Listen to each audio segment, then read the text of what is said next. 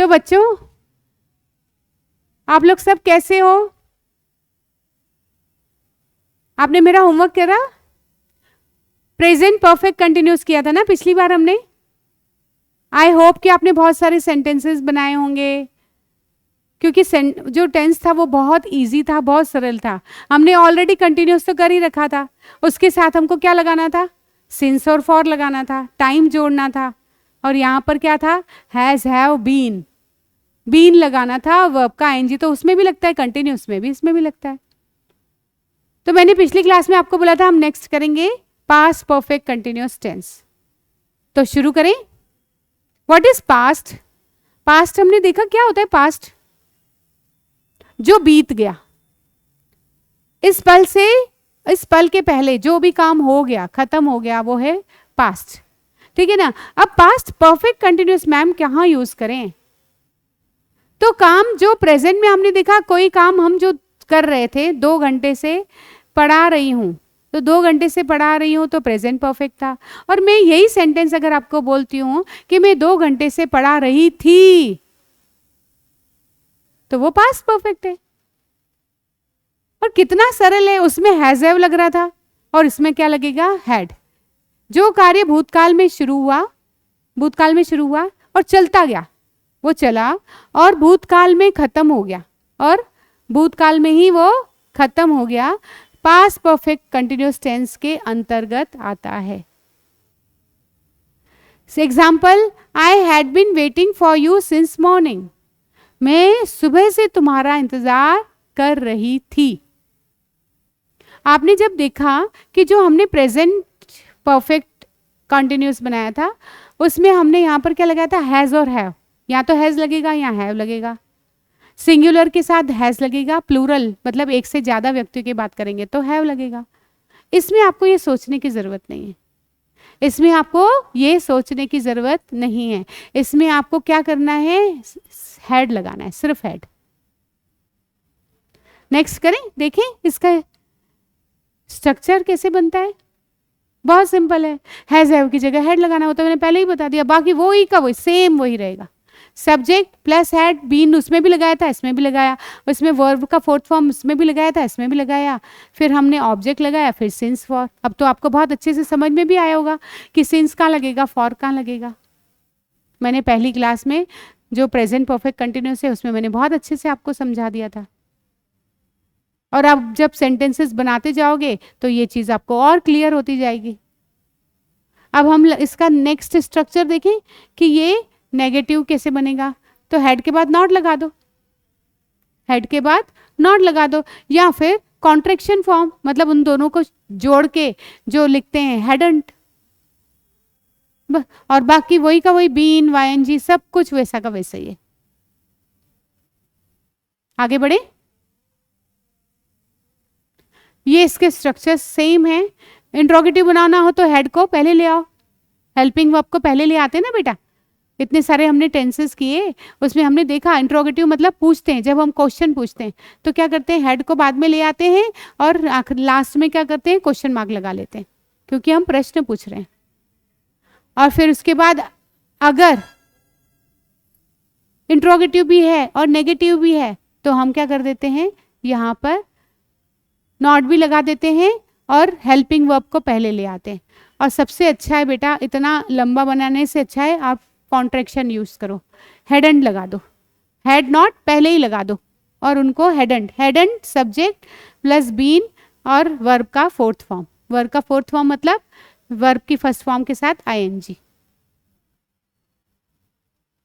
तो हम लोग अब कुछ सेंटेंसेस देखें, तो एग्जाम्पल्स जब हम देखते हैं तो हमें जो ये कॉन्सेप्ट्स हैं, जो स्ट्रक्चर हैं, वो और अच्छे से समझ में आते हैं।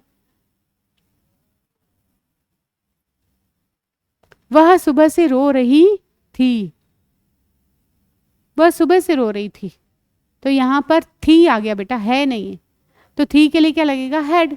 She had been crying since morning, वह सुबह से रो रही थी, उसकी तबीयत 2 दिन से ठीक नहीं लग रही थी। She had not been feeling well for 2 days। अब देखो हैड और बीन, उनके बीच में नॉट लगा दिया है। कई बच्चे ऐसे करते हैं, हैड बीन नॉट लगा देते हैं, या फिर शी नॉट हैड बीन, वो गलत है बेटा, हैड और बीन के बीच में नॉट लगता है। ये हमारी हेल्पिंग वर्ब है ना, हमेशा जो नॉट होता है वो हेल्पिंग वर्ब के बाद लगता है।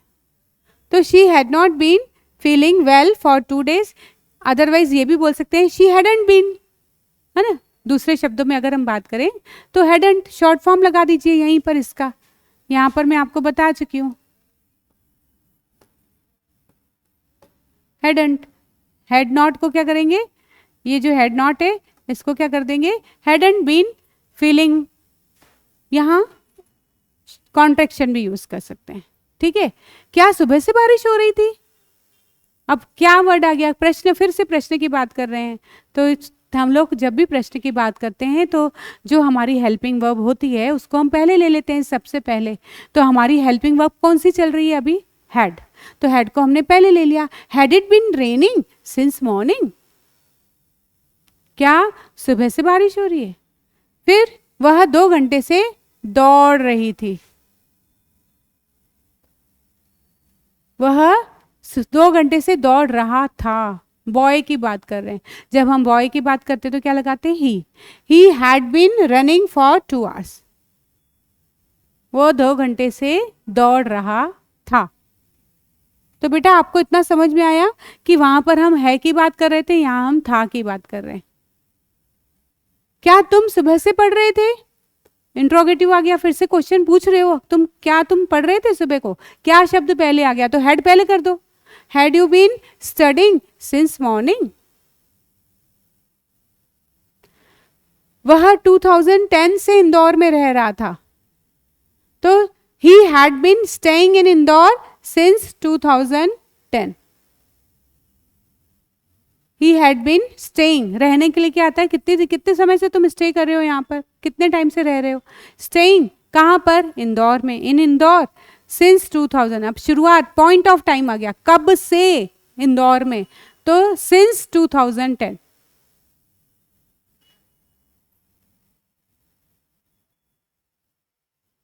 तो बहुत सिंपल था, इसको बहुत ज़्यादा मैंने सेंटेंसेस में प्रैक्टिस, क्योंकि हमने प्रेजेंट परफेक्ट कंटिन्यूस की खूब प्रैक्टिस करी थी, सेंटेंसेस बनाए थे। तो पास्ट परफेक्ट उसी से मिलता जुलता है, सिर्फ हमको हैड लगाना है हैज़ और हैव की जगह पर, और उसमें कोई बदलाव नहीं है। तो ये सेंटेंसेस आप जितने बनाओगे उतना ही आपकी इंग्लिश अच्छी होती जाएगी, उतनी ही आपकी प्रैक्टिस होती जाएगी। मेरे पढ़ाने से इंग्लिश नहीं आएगी, आपके प्रैक्टिस करने से इंग्लिश आएगी। मैं आपको कॉन्सेप्ट बता रही हूँ कि ये इस तरह से ऐसा होता जाता है। आगे आपको मेहनत करनी है, आपको कोशिश करनी है। अब हमारा जो मैं अब आगे आपको टेंस करवाने वाली हूँ, ये है हमारा अंतिम टेंस, ठीक है। तो हमारे टेंसेस आज हम ख़त्म कर लेंगे। हमने टोटल हमारे 12 टेंसेस होते हैं इंग्लिश में, जैसे कि आपको पता है। तो 12 में से हमने 11 कंप्लीट कर लिए, अब हम 12वें की ओर जा रहे हैं। ये वाला जो टेंस है बेटा, ये बहुत कम यूज़ होता है इंग्लिश में, बोलचाल की भाषा में हम बहुत कम यूज़ करते हैं, पर चूंकि है तो उसको मैं समझा देती हूँ कि कहाँ पर यूज़ करते हैं। तो सब लोग ध्यान से देखिए, इसको क्या करना है, सबसे पहले हम देखते हैं प्रेजेंट, देखते हैं, फिर हम पास्ट देखते हैं, फिर हमारा फ्यूचर रहता है। तो फ्यूचर परफेक्ट कंटिन्यूस टेंस, तो सबसे पहले तो फ्यूचर का कॉन्सेप्ट क्या है, इस पल के बाद जो भी करूंगा वो फ्यूचर है।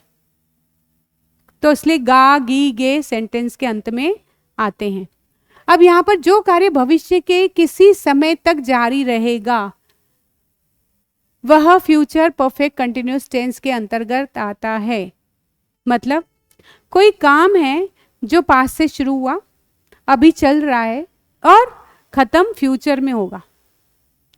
मैं बोल रही हूं कि 10 मिनट बाद मुझे पढ़ाते पढ़ाते 1 घंटा पूरा हो जाएगा, तो क्या हुआ, अब से कितने मिनट पहले मैंने क्लास शुरू करी थी, 50 मिनट्स पहले क्लास चली और अब 10 मिनट बाद वो खत्म हो जाएगी।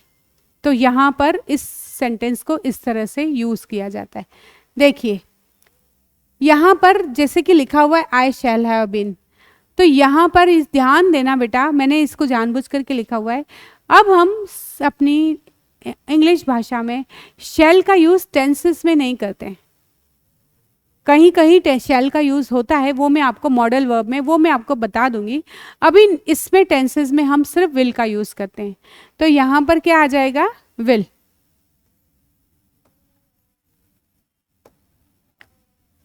I will have been living in Delhi for 5 years by the end of this month.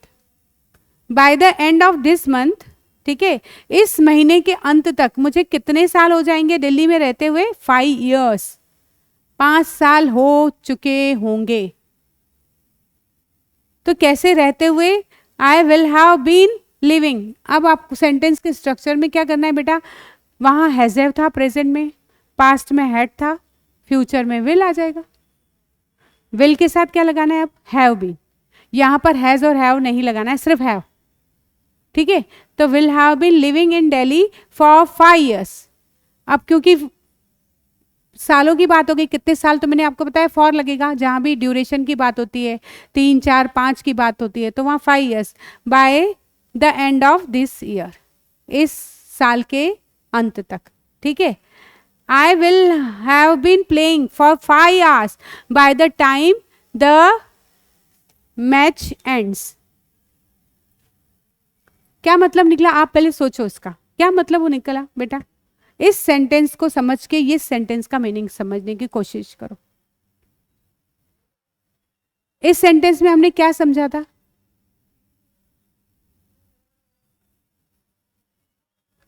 इस सेंटेंस से क्या समझ में आ रहा है? He will have been playing for 5 years, ठीक है, वह 5 घंटे से खेल रहा होगा by the time the match ends। कब तक खेल रहा होगा? जब तक मैच एंड नहीं हो जाता, by the time the match ends। जब मैच एंड हो जाएगा कितने घंटे हो जाएंगे? 5 घंटे। तो 5 घंटे से वह खेल रहा होगा। तो एक समय इसके साथ जोड़ना रहता है, कब तक, कब तक इतना समय हो चुका होगा, कब तक, ठीक है। अब नेक्स्ट करें, पॉजिटिव सेंटेंस का स्ट्रक्चर। सब्जेक्ट विल तो लगना ही लगना है, हैव बीन वर्ब के फोर्थ फॉर्म, ऑब्जेक्ट, और यहां पर क्या आ जाएगा? सिंस या फॉर। क्या लगेगा बेटा? सिंस या फिर फॉर। फिर उसके बाद टाइम लग जाएगा। फिर क्या आ जाता है? टाइम। कई बार इस सेंटेंसेस में बाय भी आता है, ठीक है, कई बार सेंटेंस में बाय भी आता है। अब इसके नेगेटिव बनाने के लिए नॉट लगा दो। हेल्पिंग वर्ब कौन सी है हमारी? विल। तो विल के आगे क्या लगता है बेटा? नॉट लगा दो। हमेशा हमें पता है हम नेगेटिव बनाते हैं तो हेल्पिंग वर्ब के आगे नॉट लगा देते हैं। अब नेक्स्ट क्या आएगा? अगर विल नॉट है, विल नॉट को अगर मेरे को शॉर्ट करना है तो मैंने आपको बता दिया विल नॉट का शॉर्ट फॉर्म क्या होता है? वॉन्ट, जो कि मैंने नीचे दिया हुआ है, नीचे दिया हुआ है आपको। Subject want have been plus verb के साथ आईएनजी ऑब्जेक्ट। तो अगर आपको कॉन्सेप्ट समझ में आया है, चाहे हमने इंडेफिनेट किया, फ्यूचर इंडेफिनेट, या हमने फ्यूचर कंटिन्यूस किया, या हमने फ्यूचर परफेक्ट किया, या सेंटेंस के अंत में गा गी गे ये शब्द तो सब में आया। सिर्फ फर्क था कि वहाँ पे सिर्फ होगा था, वहाँ पे रहा होगा था, वहाँ पे चुका होगा था, और यहाँ पर क्या हो रहा है? कर से कर रहा होगा। से वर्ड तो इसमें याद रखो बेटा, इसमें से आएगा ही आएगा। कितने समय से मैं पढ़ा रही हूँ, कितने समय से मैं पढ़ा रही थी, और कितने समय से मैं पढ़ा रही होंगी। नेक्स्ट देखिए, इंट्रोगेटिव सेंटेंसेस में आपको पता है हेल्पिंग वर्ब हमेशा आगे लग जाती है। तो हेल्पिंग वर्ब कौन सी है हमारी? विल। तो मैंने विल को आगे कर दिया। फिर उसके बाद सब्जेक्ट हैव बीन और वर्ब का फोर्थ फॉर्म। और जब हम नेक्स्ट बात करते हैं, नीचे बात करते हैं, तो या तो इंट्रोगेटिव और नेगेटिव, तो विल को आगे कर लो और नॉट को, और नहीं तो सबसे अच्छा है कॉन्ट्रैक्शन फॉर्म लिख दो, वांट,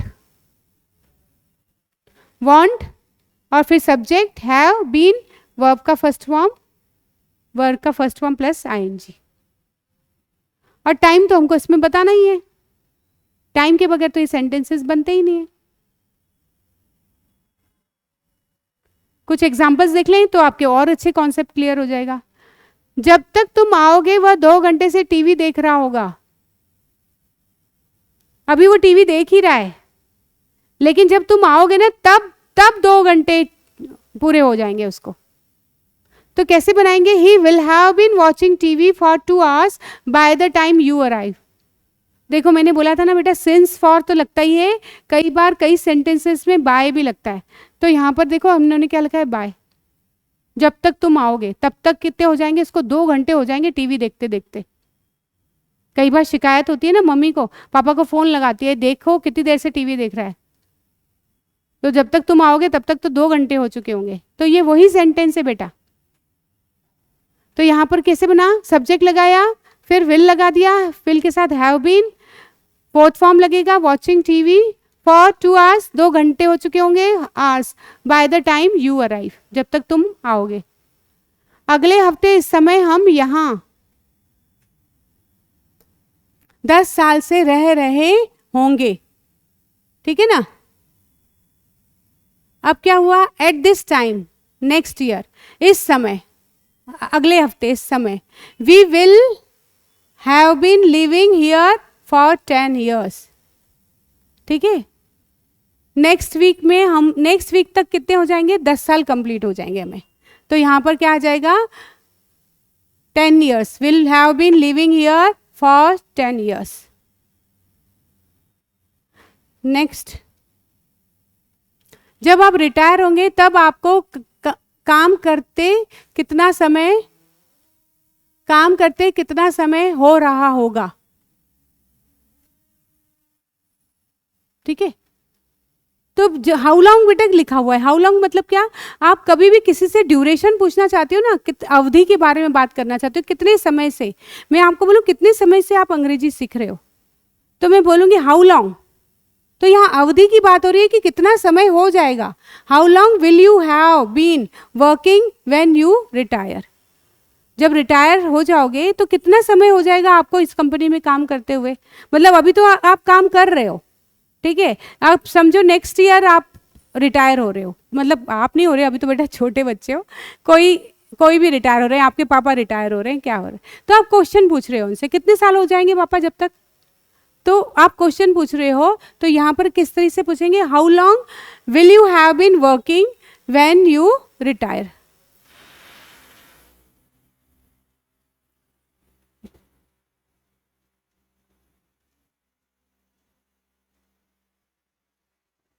जब मैं रिटायर होऊंगा तब मैं 35 साल से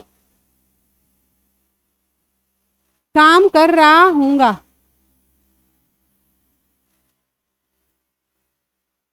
तो जब मैं रिटायर होऊंगा तब मैं 35 साल से काम कर रहा हूंगा, इसी का आंसर लिख दिया उन्होंने। इसका उत्तर क्या लिया, I will have been working for 35 years when I retire. अब वो आंसर दे रहे हैं कितने साल हो जाएंगे, मुझे 35 साल हो जाएंगे जब तक। तो I will have been working for 35 years when I retire. Retire होऊंगा जब 35 साल हो चुके होंगे। तो कॉन्सेप्ट समझ में आया बेटा। कोई काम था भूतकाल में शुरू हुआ, अभी भी चल रहा है, लेकिन खत्म कब होगा, भविष्य में कोई काम खत्म होगा। मम्मी को खाना बनाते बनाते 3 बजे 2 घंटे हो चुके होंगे।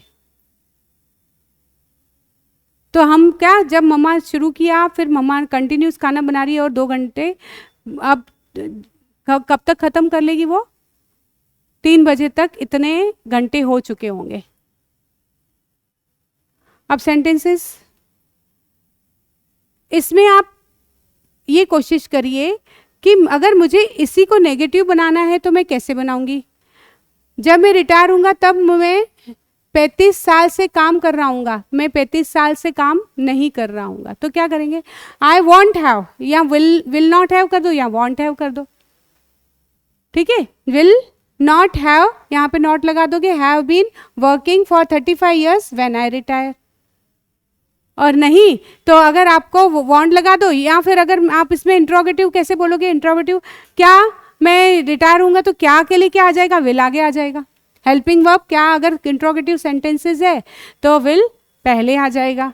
तो जैसे हमारा ये वाला सेंटेंसेस है, ठीक है, तो इसमें हम आपको इंट्रोगेटिव बनाना है। जैसे तो he will have been watching TV for 2 hours। तो यहाँ पर आपने क्या, क्या अगर ना, क्या वह 2 घंटे से टीवी देख रहा होगा, तो जब हम क्या की बात करते हैं तो यहाँ पर क्या आ जाएगा, विल पहले आ जाएगा। Will he have been watching TV for 2 hours by the time you arrive. तो यहाँ और यहाँ पे क्वेश्चन मार्क लग जाएगा। तो कोई भी सेंटेंसेस है उसका हम इंट्रोगेटिव बना सकते हैं, नेगेटिव बना सकते हैं। तो आज हमारे इस क्लास के बाद सारे टेंसेस कंप्लीट होते हैं यहाँ पर। आई होप कि आपको सारे अच्छे से टेंसेस समझ में आ गए होंगे। एक क्लास जो मैंने सबसे पहले, एक वीडियो दिखेगा आपको, उसमें मैंने सारे सेंटेंसेस, सारे टेंसेस एक साथ समझाए हैं, कौन से टेंस में कौन सी हेल्पिंग वर्ब लगती है। तो आप उस वीडियो को ज़रूर देखिए, उसमें आपके और कॉन्सेप्ट क्लियर हो जाएंगे। और उसके बाद आप खूब सेंटेंसेस बनाइए, खूब प्रैक्टिस करिए, अपनी टीचर की हेल्प लीजिए, वो आपकी हेल्प करेंगी। अगर आपके ये कॉन्सेप्ट क्लियर हो गए तो आप कोई भी स्टोरीज किसी को भी सुना सकते हैं। तो हम कोशिश करेंगे छोटी छोटी स्टोरीज को ट्रांसलेट करने की, जिससे कि आप देखोगे कि मेरी इंग्लिश और अच्छी होती जा रही है। तो हम अब नई क्लास में एक नए ग्रामर का कोई नए रूल के साथ आएंगे। जब तक के लिए आप इन टेंसेस की प्रैक्टिस करिए। So thank you so much, have a nice day.